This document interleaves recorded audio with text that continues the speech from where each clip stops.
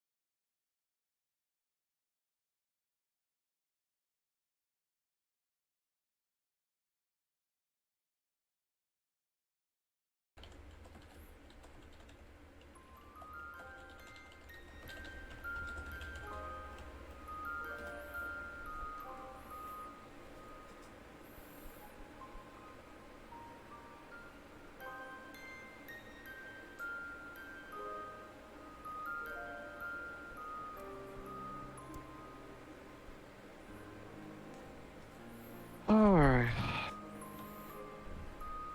Oh, are we back?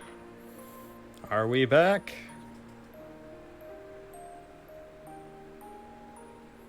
Game sound has returned. You hear typing in game. What about microphone? How do we not have... How do we... It might have just been a quiet point where you just weren't talking. Oh, Because we okay, were okay. silent for a little bit, trying to figure things out. Hello again, take two. Alrighty. Hello, hello, everybody. And welcome back to Questing for Glory. My name is GhostKumo, and with me I'm joined by my good friend, Gulo2. Go ahead and introduce yourself.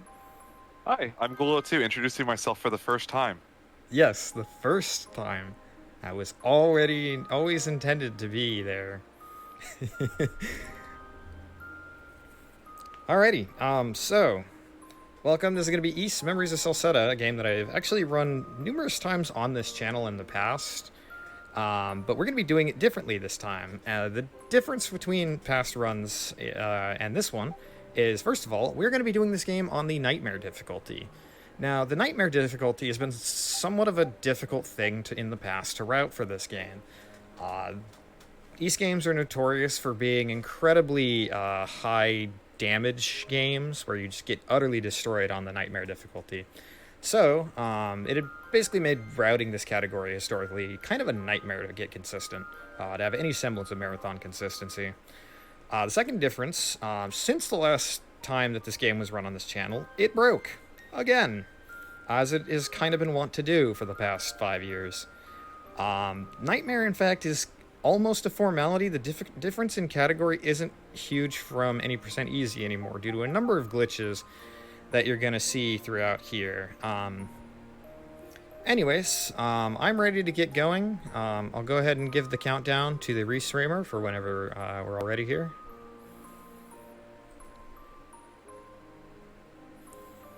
Alright, we're going to go ahead and begin here in 5, 4, 3, 2... Wait, hold on. I'm not going to start just yet.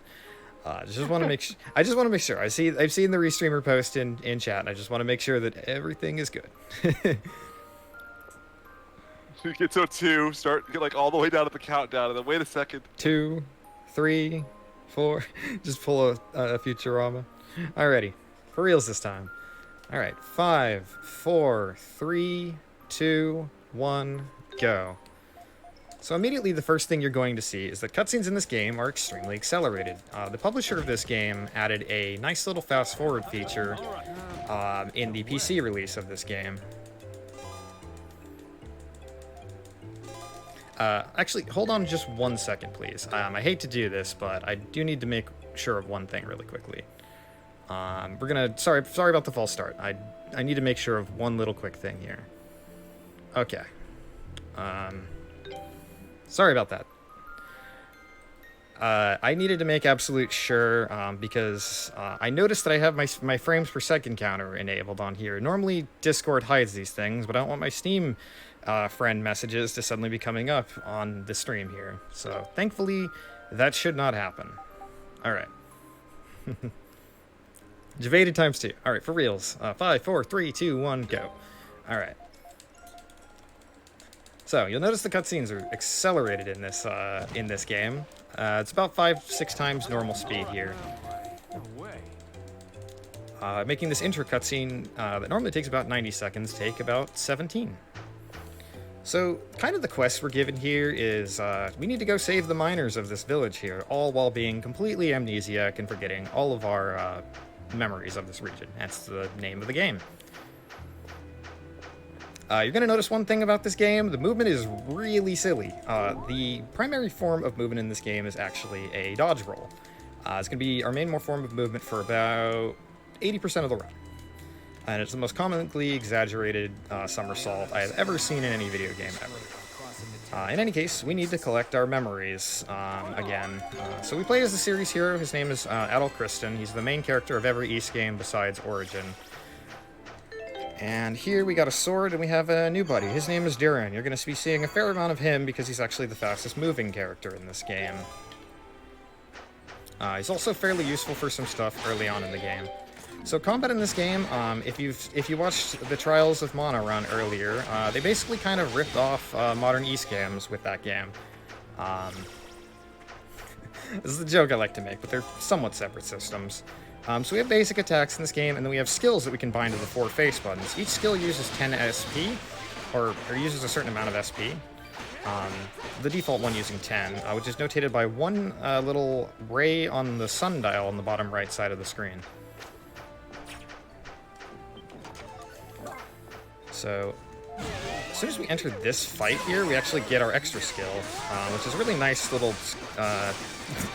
perk to this fight here. And that just allows me to skip these moles, which have a tendency to burrow underground and make things really annoying. Leave it to me. Alright, on we go. But yeah, so combat really revolves around basic attacks, perfect guards, and perfect dodges, which we'll explain in just a little bit. And extra skills, which are really useful. So right there, I just performed a little skip to skip through that gate, and I'm actually picking up 3 honey potions. Because I really need healing items, because this first boss is actually the hardest part of the run. I'm gonna go ahead and make a safety save here. Put it on the first boss. So cool, I would like you to explain this first boss, because I'd like to focus. So the first boss is Aldavas, and yep, GK is going to be doing a lot of flash guards, which are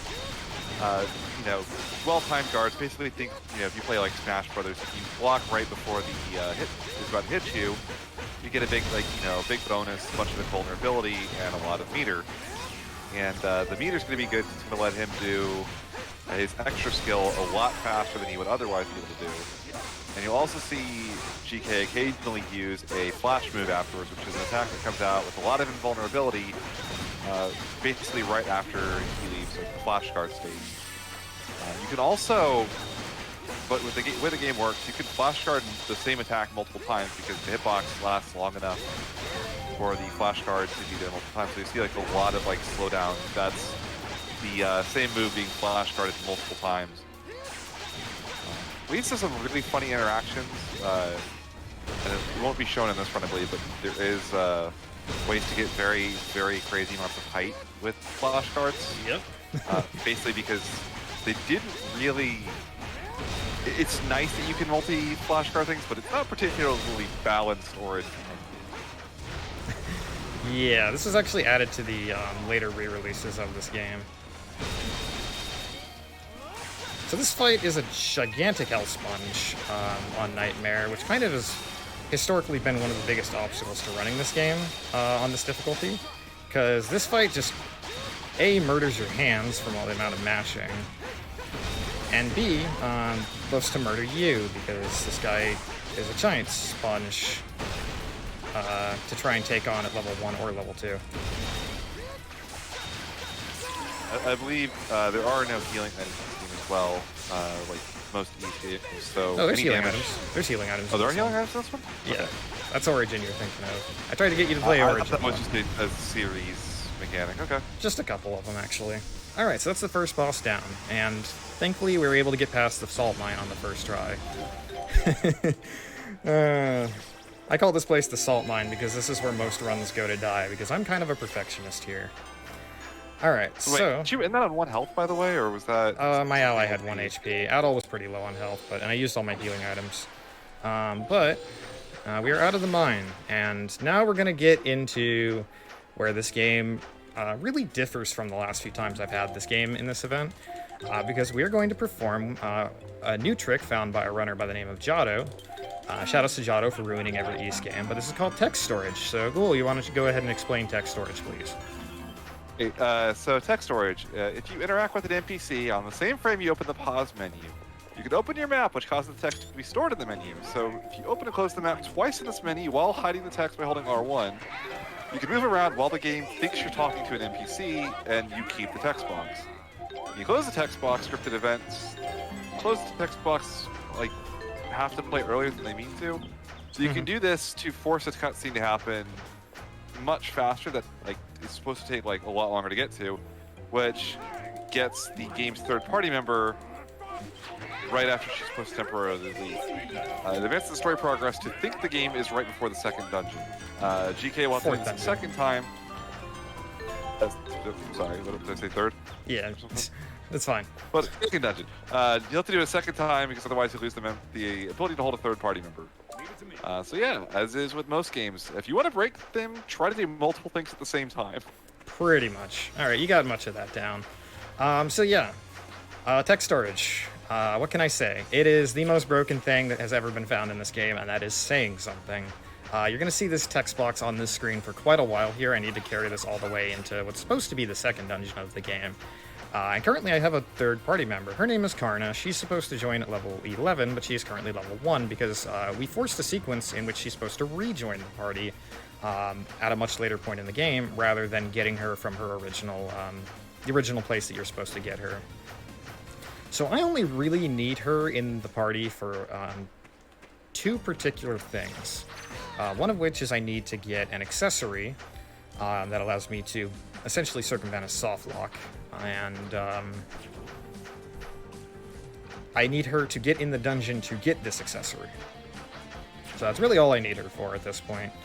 But yeah, we've just kind of broken the game immensely. Text storage is going to enable us to skip all but approximately 4 bosses in the run. Of about like 20, I want to say, in the menu. There's 18 or 20, I can't remember exactly off the top of my head. But it's going to be Rolling Simulator for the next little bit here. So is it always the same text that ends up on screen, or is it... Depends on the NPC you talk to. So the game kind of sticks you in, like, thinking that you're still talking to the NPC while you're able to move. So the game still thinks that I'm talking to that NPC all the way back in the Kaznian town. Now, on the screen I was just on, most runs of this game you've seen on this marathon channel in the past few years have involved a skip where you clip into the ground and swim across the river there. we'll get into a bit of a technical explanation for that because there's still some applications of that, but we no longer actually do this skip in any percent categories because it doesn't save any time to do so anymore. Like, this was actually something I figured out literally yesterday, as is tradition with this game, where I find new stuff literally days before marathon runs of it. In this case, it's less of an optimization and more of a finding out that the simpler way to do something takes exactly as much time as the more complicated and more risky way to do something. Anyway, so we're just taking the long way, the scenic route towards the what's intended to be the second dungeon of this game. Now, my characters are level 1 and level 2.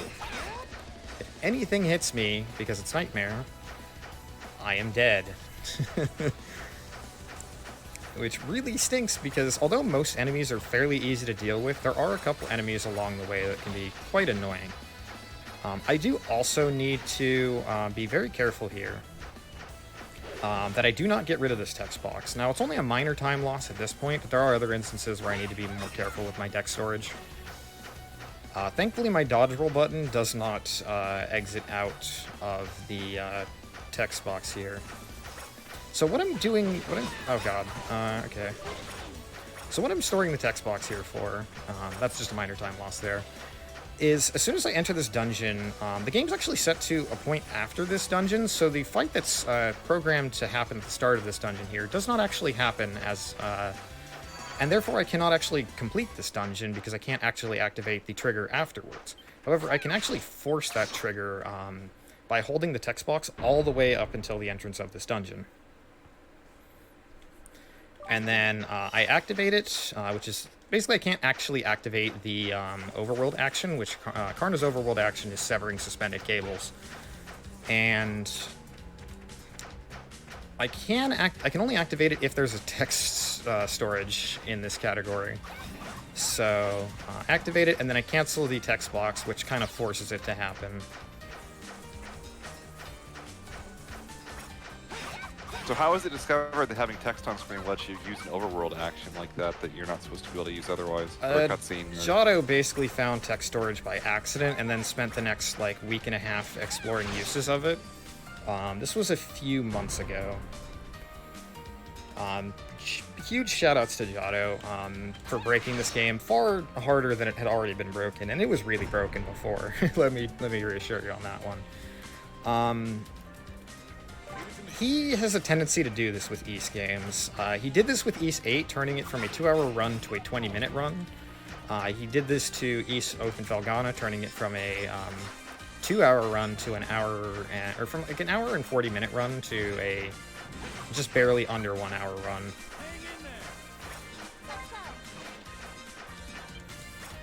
Go away, bees. Oh my god. Oh my goodness. That's the worst thing that could have happened there.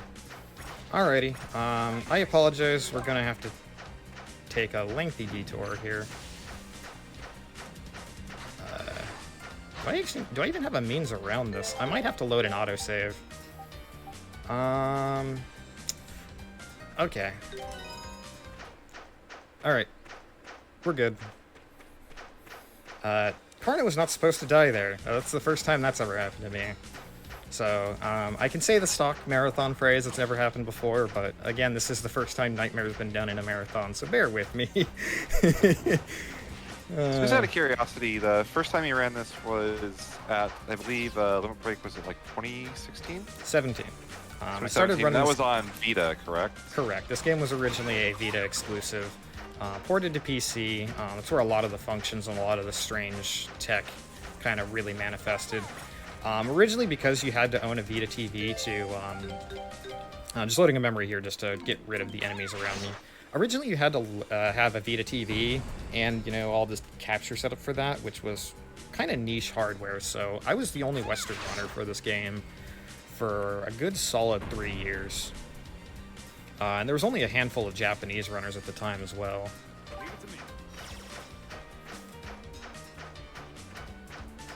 But since this game got ported to PC, we've seen quite a resurgence. We went from like 4 total runners to almost like 16 or 17.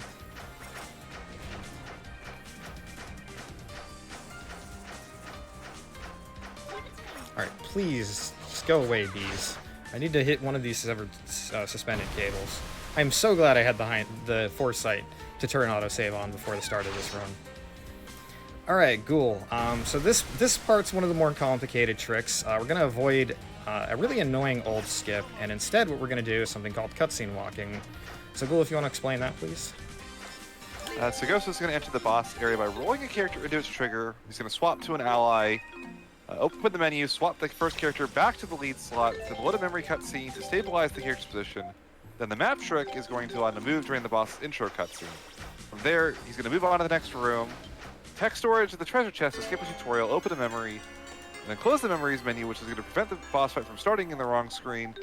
He's going to re-enter the previous room, do 7 neutral rolls to get in a very specific spot, then do the exact same thing in reverse, and essentially he's just going to completely skip the boss by doing this. So 1, 2, 3, 4, 5, 6, 7.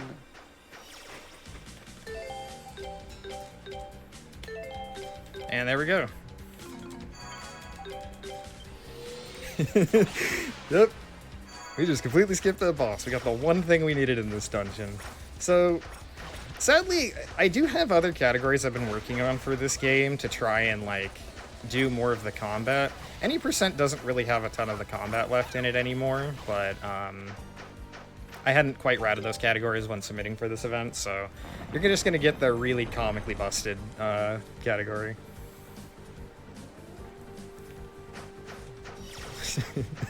Alrighty. So thankfully there's nothing blocking me from entering this area because, again, the game is set to after the third dungeon, which I'm headed in the direction of where the third dungeon is. If it isn't already obvious at this point of how broken this game is, we are not going to do the third dungeon. We haven't done the third dungeon since, like, 2017. But yeah, this area's gimmick is it's kind of a Lost Woods type area where you're supposed to be constantly going downhill.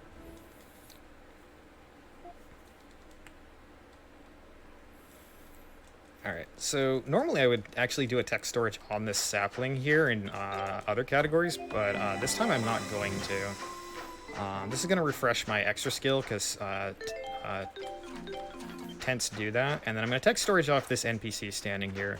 If you see that I don't have a text box on screen, but I say I have text storage, I'm holding R1, which hides text boxes.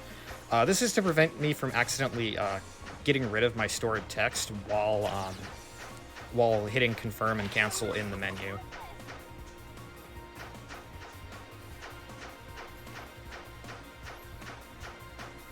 So you can get out your Limp Bizkit and Chameleonaire references here. Lots of rolling. That's a little strat there found by Xseek, or Lost. No, I think it was Lost who found it. Japanese runner. To get past this screen in a particular manner. So by storing the text, I can actually activate the prompt to open the fourth dungeon much earlier than expected. So rather than getting out of bounds to clip through this like we have in runs past, we kind of just use text storage to force it to happen as intended.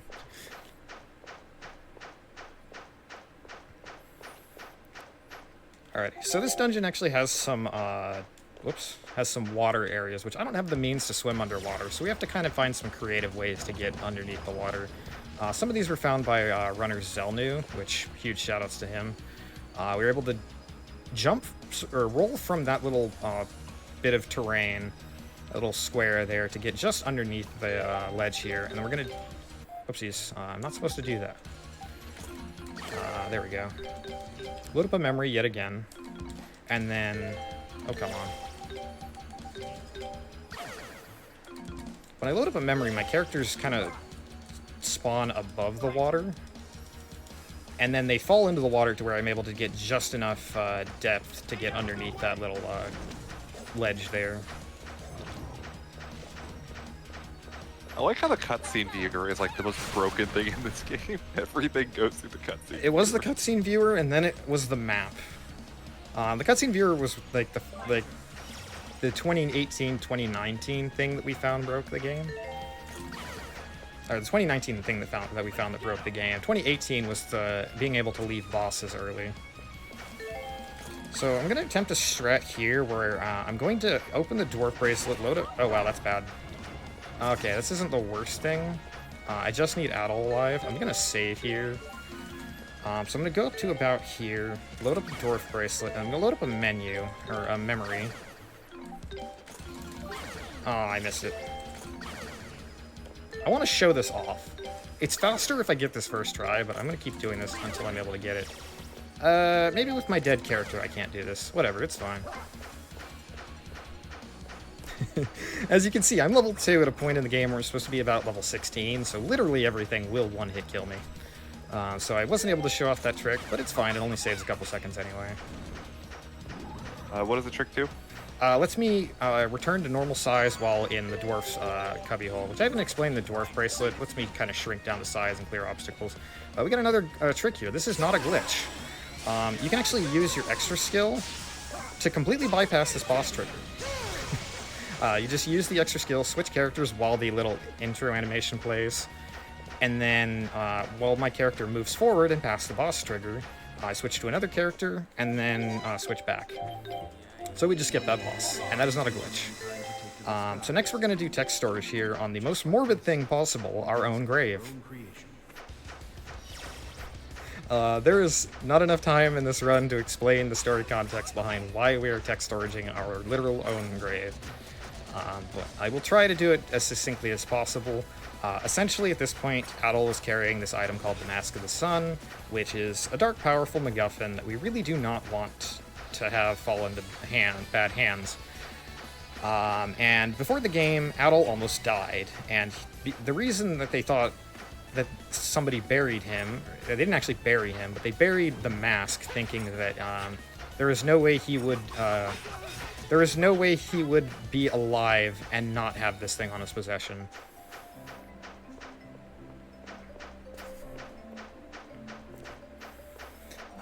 But we're using this text storage to just bypass all the triggers, ignore the smoldering craters around here. That's nothing important. Every roll, he kind of axe kicks down, by the way. I love it. I mean, I've been basically saying this game was like literally Sonic the Hedgehog for a while, if it was an RPG and not Dark, what is it, Sonic Chronicles. Or whatever it is. We roll as a blue guy. There's a orange and red guy in our party.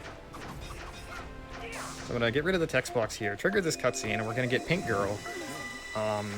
So God, the orange one even has a ponytail. Yep.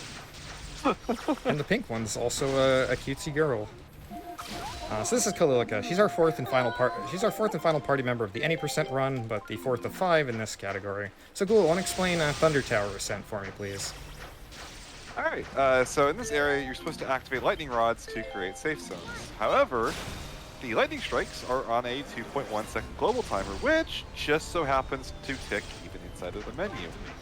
So if you pause every 2.1 seconds and let the lightning strike around you, you won't get hit. You can activate everything you need to do without actually doing everything else, and you get to watch fewer cutscenes, which saves time.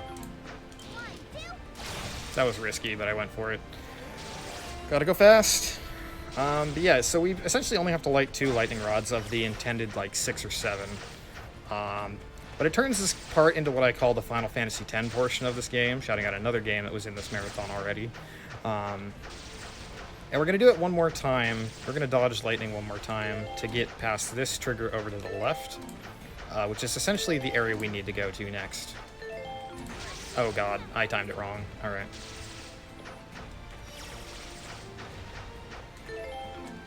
That's what you're not supposed to do.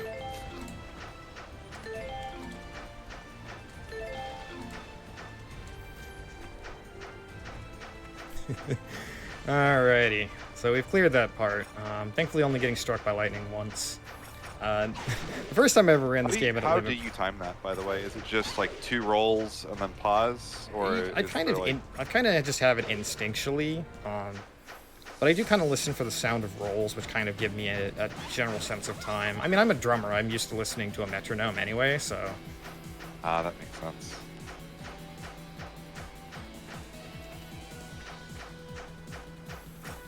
Alright.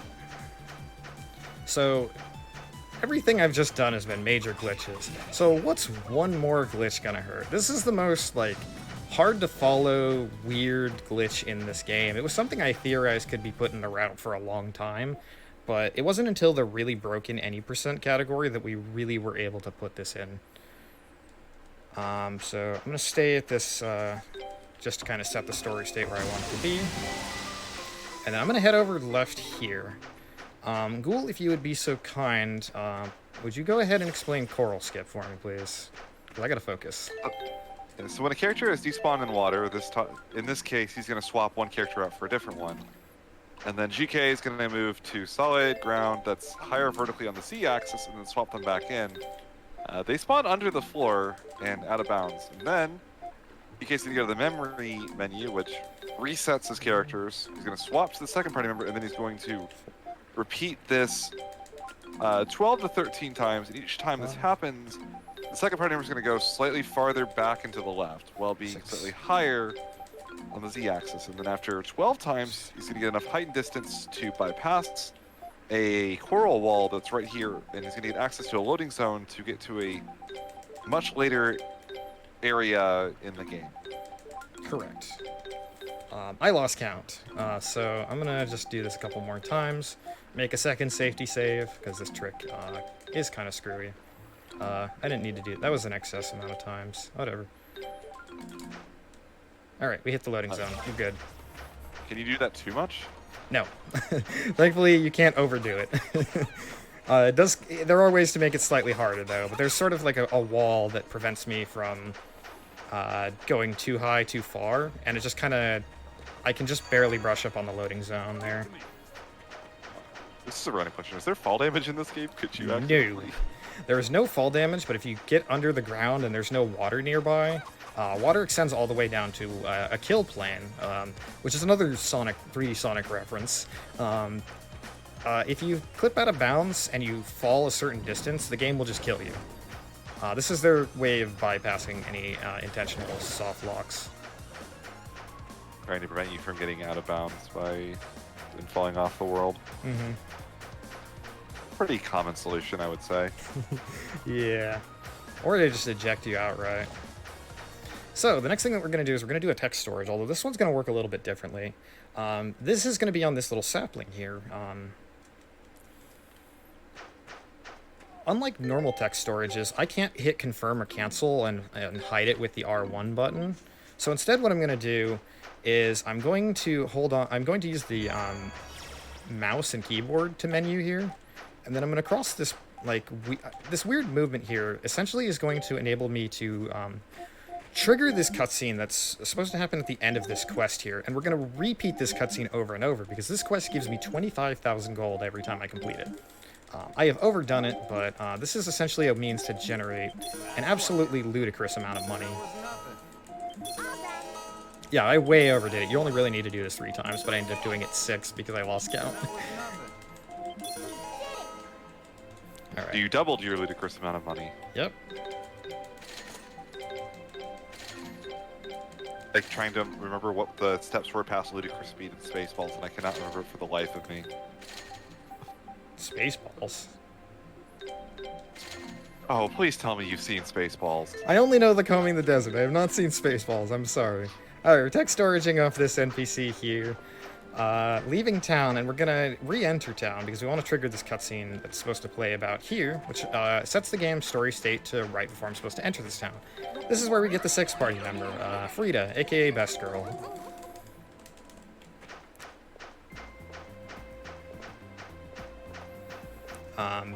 She's going to be really useful for the one remaining boss that's like actually difficult in this run.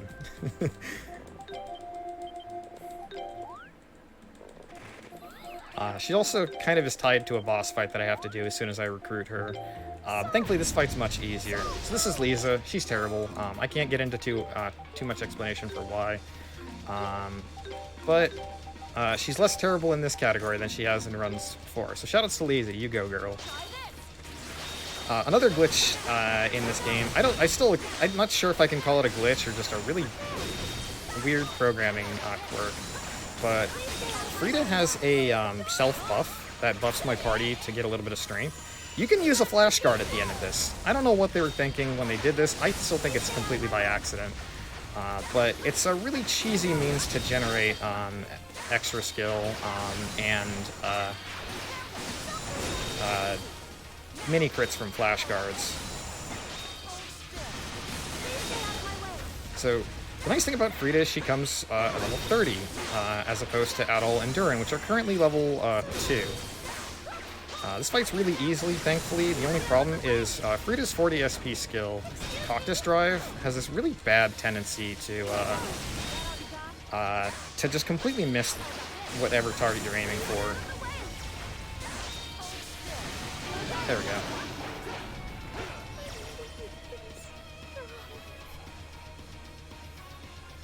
Also, one thing I haven't really touched on, I love pointing out this fun fact, but every time you get an item in this game, you might notice that the sound effect sounds like that from Metroid. That is on purpose. Yuzo Koshiro, the composer for Ys 1, actually kind of borrowed it back in the late 80s in Ys 1 and 2, because he thought it sounded really effective at getting the point across of like, hey, you just got an item, this is good.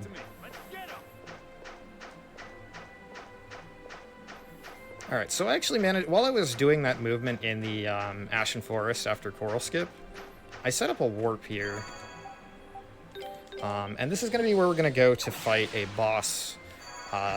One of the only bosses that's in literally every category of this game. The reason I need to fight him is he gives me an item that I need to advance the story, which there's not many of those left. So do those levels on Adol and Sonic matter at all? Yes. So if there is going to be one final fight that we have to do with solo Adol, and your EXP matters. If you're too low a level, you just don't do any damage to the final fight. Because it's scaled really weirdly. It's a really janky fight. Wait, what am I doing? This is the sillier fight. So what we're going to do here is we're actually going to deliberately take a death. So I use the Dwarf Bracelet, which reduces my defense to 0. And then I'm just going to get utterly destroyed. Like, that was 4,000 damage to me. And because we never completed Providence Tower here, when we die, instead of getting the retry screen, we go all the way back to...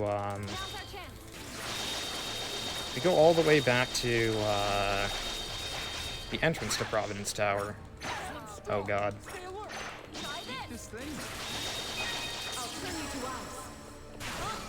And because we were in a fight, we can actually store that boss trigger to essentially force a fight, which in this case happens to be with these 4... I call them the 4 doofuses because they run around like chickens with their heads cut off a lot of the time and don't ever behave the way I want them to. I translated it to Yon Baka in, or Shibaka in the Japanese run. But either way, these guys are 4 idiots that we need to kill in order to advance. Or, actually, we don't really need it to advance stuff. We really need them because we need the ability to warp anywhere. Which, the item that I get that lets me warp anywhere is tied to this fight. So, that was a pretty crappy fight, but whatever.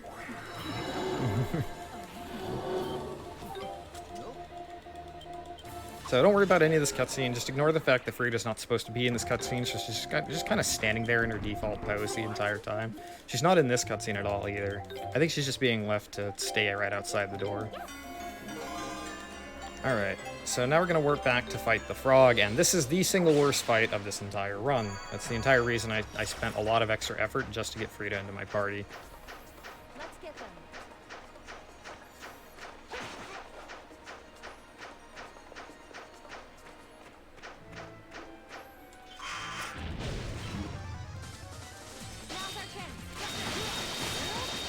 I can assure you this game is actually very well programmed. We have just exploited the ever-loving tar out of it. So Frida has a really useful skill called Demonic Embrace, which is her 20 SP skill that I have bound to the right button.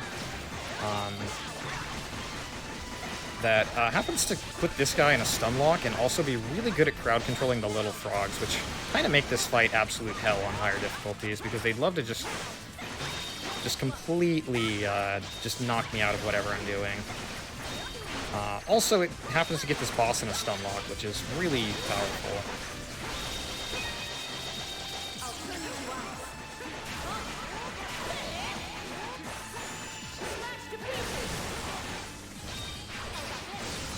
Although for some reason, her 40 SP skill doesn't stun lock the boss here.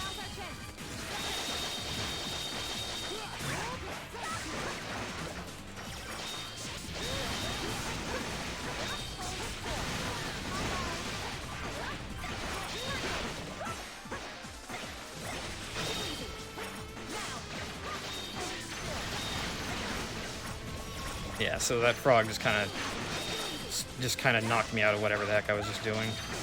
By the way, Gould, do you know what the heck I am doing? What? Your silence says everything.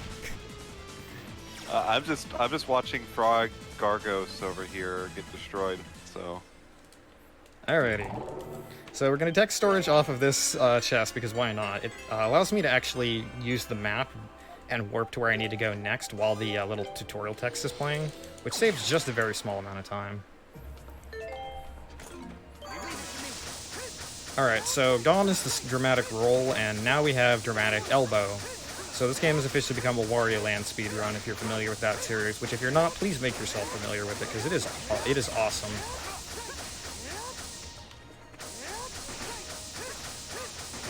Well, it's sad. I don't think we're not going to graduate to Sonic Unleashed, are we? No, sadly we aren't. The Gale shoes are not in this run, which is a shame because they're really fun to mess with. So I need to set this warp point here. When I watched you like run this game the first time back when the Gale shoes were in the route, those were just funny because it looked like you ran faster than like it looked like the game was running in fast forward almost. Mm-hmm. So again, we're doing a cutscene walk to bypass the boss trigger for this part. Although, we will be coming back to that little trigger just a little bit later. So I'm going to make a very small detour over here because I really want to get as much strength as possible for the final fight of the game, which Adol is going to have to solo at level 21 on Nightmare. Which, although the boss does scale somewhat to your stats, there's a minimum that it will go to. Is there any benefits, like, as far as the... So it looks like the shoulder bash has some kind of, like, hitbox on it to kind of bat enemies out of the way. Does that ever help, or is that just kind of a nice little mini bonus? Very slight little mini bonus. It's not really needed for anything, but it does kind of help.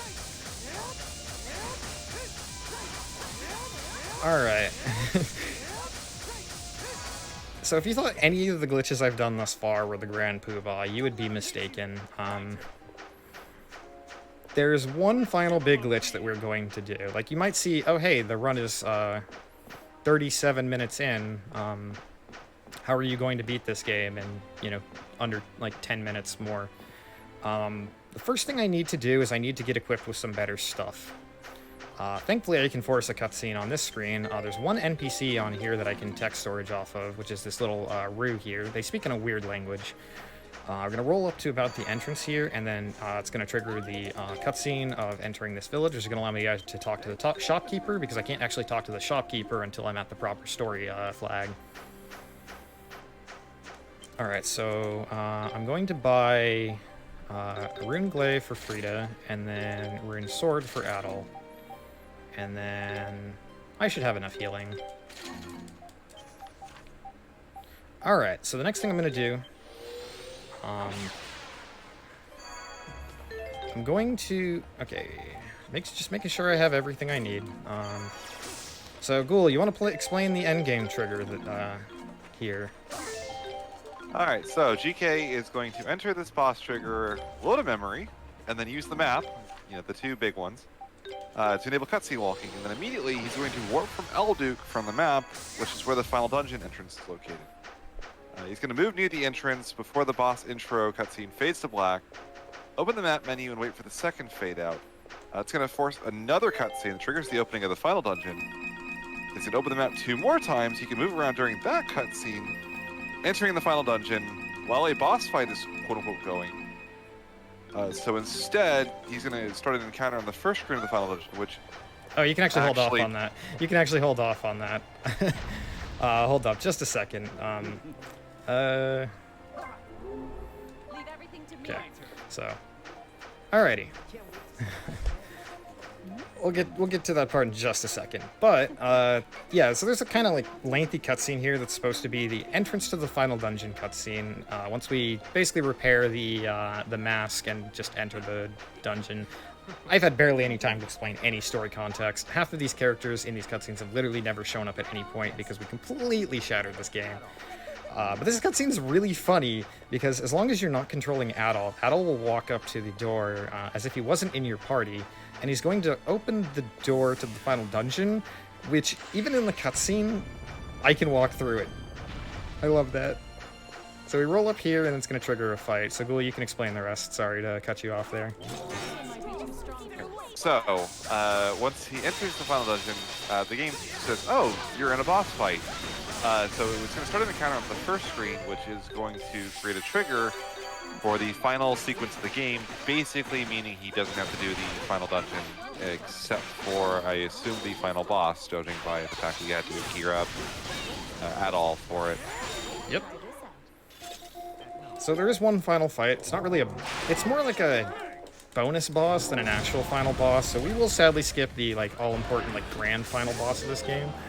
Really quick, I need to make sure that I equip Frida's armor to Adol because this guy hurts a lot. Sure to be fine without it, right? Yep, so we forced a fight, which happens to be the trigger for the endgame sequence of this game, in which we need to go up to the top of this volcano and throw a mask into the volcano. We're copying Lord of the Rings by just getting rid of the dark powerful MacGuffin. Does the volcano explode? Are we copying Metroid again on the way out? Yes, it does. That's gonna be the final cutscene of the game, though. All right, so we're running all the way up to the very final encounter of the game, which is with the main villain of the game, Gruta, and his sort of Phantom. This is meant to be a 1v1 fight. It's like a throwback to all these games. In this fight, you might notice a little friend here, who I talked smack about earlier. Her name is Lisa. She's normally part of an escort, but because we never properly did that escort, she joins here for some reason. She's really annoying in the escort, but she's really useful here because she heals me for 500 damage pretty regularly. It's not perfect. Gruta can still kill me, but her being around basically means I don't have to open the menu to heal, as long as I'm careful.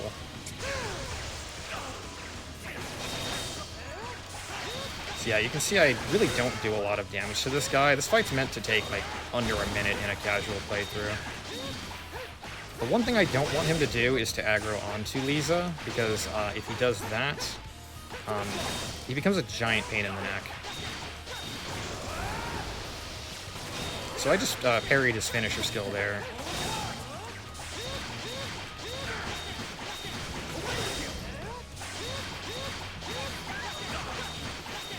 This attack rising slash combo, by the way, is the most efficient DPS that I have access to with how limited stuff that I have right now. I know, right? A useful escort character. It's never happened in the history of games. We had to glitch the ever-loving tar out of this game for it to happen. But what went from my least favorite character in this game, Lisa went from one of my least favorite characters in this game to one of my favorites. Shoutouts to when I did an RTA in Japan run and somebody submitted fan art with Lisa on it. And I would have been like mad, except for she's actually really useful in the speedrun. So I'm like, okay, I mean, I would have never been like actually mad about fan art, but like, because that's like actually really cool. But like, it was nice because it's an actually useful character. By the way, time is coming up very shortly. So we're gonna go over here, throw the Mask of the Sun in, and about 5 seconds of this cutscene, we're gonna get to time. So. And time. So on my end, that was a 43:03. I do apologize for the false starts. Hopefully, we came enough underestimate to make up for it. And GG. That was a solid run. 43, I can't complain, especially with how inconsistent and hard this category can be to get precise. Yeah. So, I would demonstrate the New Game Plus thing, but I do kind of want to move us along in the schedule. Actually, I probably have some time. Probably a little bit ahead. Do we have time for one little bonus thing? I love showing this off, so... Just get the okay from the Restream team. It'll literally take 2 minutes.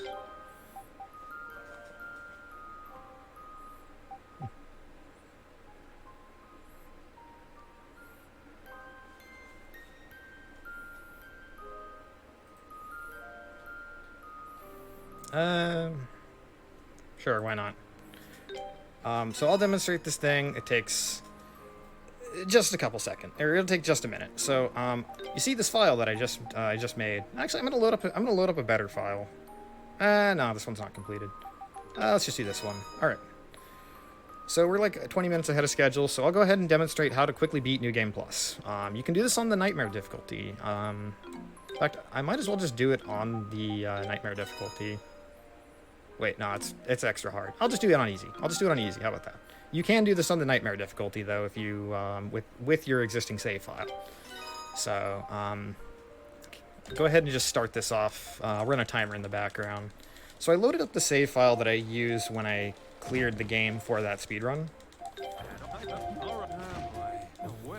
And one of the nice things about this version of the game is there's a boss rush feature after you beat the game at least once.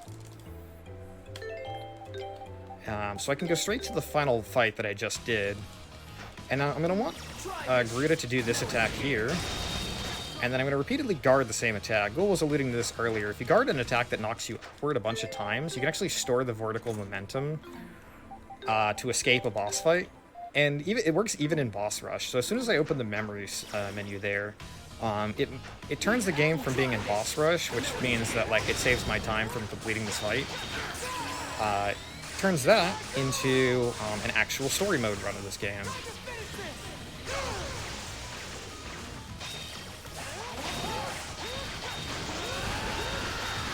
And we just absolutely murdered him. Sadly, I do not have the Beast King's balls to move fast, but that is the way to get to the credits in 1 minute and 13 seconds. And there you have it. That is a New Game Plus run. It's the only category that allows the boss rush stuff. You can do this on Nightmare. If you find yourself wanting the Nightmare difficulty achievement, just boot up an existing cleared file on normal or hard, and do that trick. Exit the fight, load up your best armor, and then you should have a pretty easy fight against Phantom Garuda. But yeah, that's it for this run. That's it for the East run of this marathon. We do have a Legend of Heroes Trails of Cold Steel 4 run coming up afterwards, rounding off the sort of mini Falcom block. Just before we get to that, I would like to give some shoutouts. I want to give a huge thanks to the East Celceta speedrunning community. Big shoutouts to Tuxdev, Primorix, and Zelnu, who all have found various different strats that have made this game significantly faster over the years and turned the run into what it is today. I want to give shoutouts to Jotto especially for turning any percent into what it is and just breaking another East game. If you'll indulge me for just a second here. そして日本の RTA コミュニティのエクシクさんとラスさんとナズナさんとラビさんとハクタさんとタテタさん、みんなありがとうございました。Big shout outs to the Japanese community who have helped push this game farther than I ever thought that this could get. If you're at all interested in running any of the East games, we do have a speedrun server for all of them on speedrun.com. I'm always happy to teach people how to run this game. Always happy to teach people how to run any games, or at least, direct them to a person that can show them how to run these games. It's one of my favorite series of all time. It's the reason I keep coming back to marathons on this channel and offering these games. But with that, one final shout out to my commentator here, Ghoul02. He's seen me run this game a couple times. I asked him to just help out with the more difficult explanations. I hope I hope you all got at least a fraction of what this run is. And then shoutouts to Questing for Glory, shoutouts to Limit Break. But yeah, that'll do it for me.